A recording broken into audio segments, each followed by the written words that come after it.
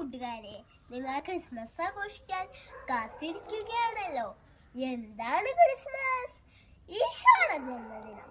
അതെ, ലോകരക്ഷകനായി ഉണ്ണീശോ പിറന്നതിന്റെ ഓർമ്മദിനം. 2000 വർഷങ്ങൾക്ക് മുന്നേ ബെത്ലഹേമിലെ ഒരു പുൽക്കൂട്ടിൽ ജോസഫിന്റെയും മറിയത്തിന്റെയും മകനായ ഉണ്ണീശോ പിറന്നതിന്റെ പുണ്യദിനം.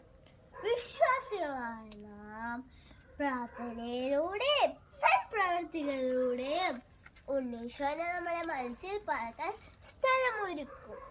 എല്ലാ വർഷവും ഡിസംബർ 25-നാണ് നമ്മൾ ക്രിസ്മസ് ആഘോഷിക്കുന്നത്.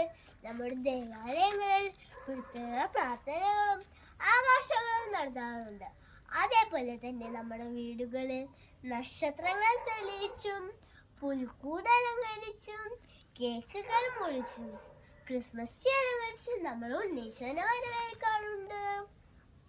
ക്രിസ്മസ് കാർഡുകളും സമ്മാനങ്ങളും നമ്മൾ കൈമാറാറുണ്ട്.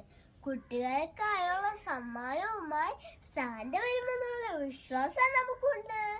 പരസ്പര സ്നേഹത്തിലും സമാധാനത്തിലും നല്ലൊരു ക്രിസ്മസിനായി നമുക്ക് പ്രതീക്ഷയോടെ കാത്തിരിക്കാം. എല്ലാവർക്കും എൻ്റെ ഹാപ്പി ക്രിസ്മസ്.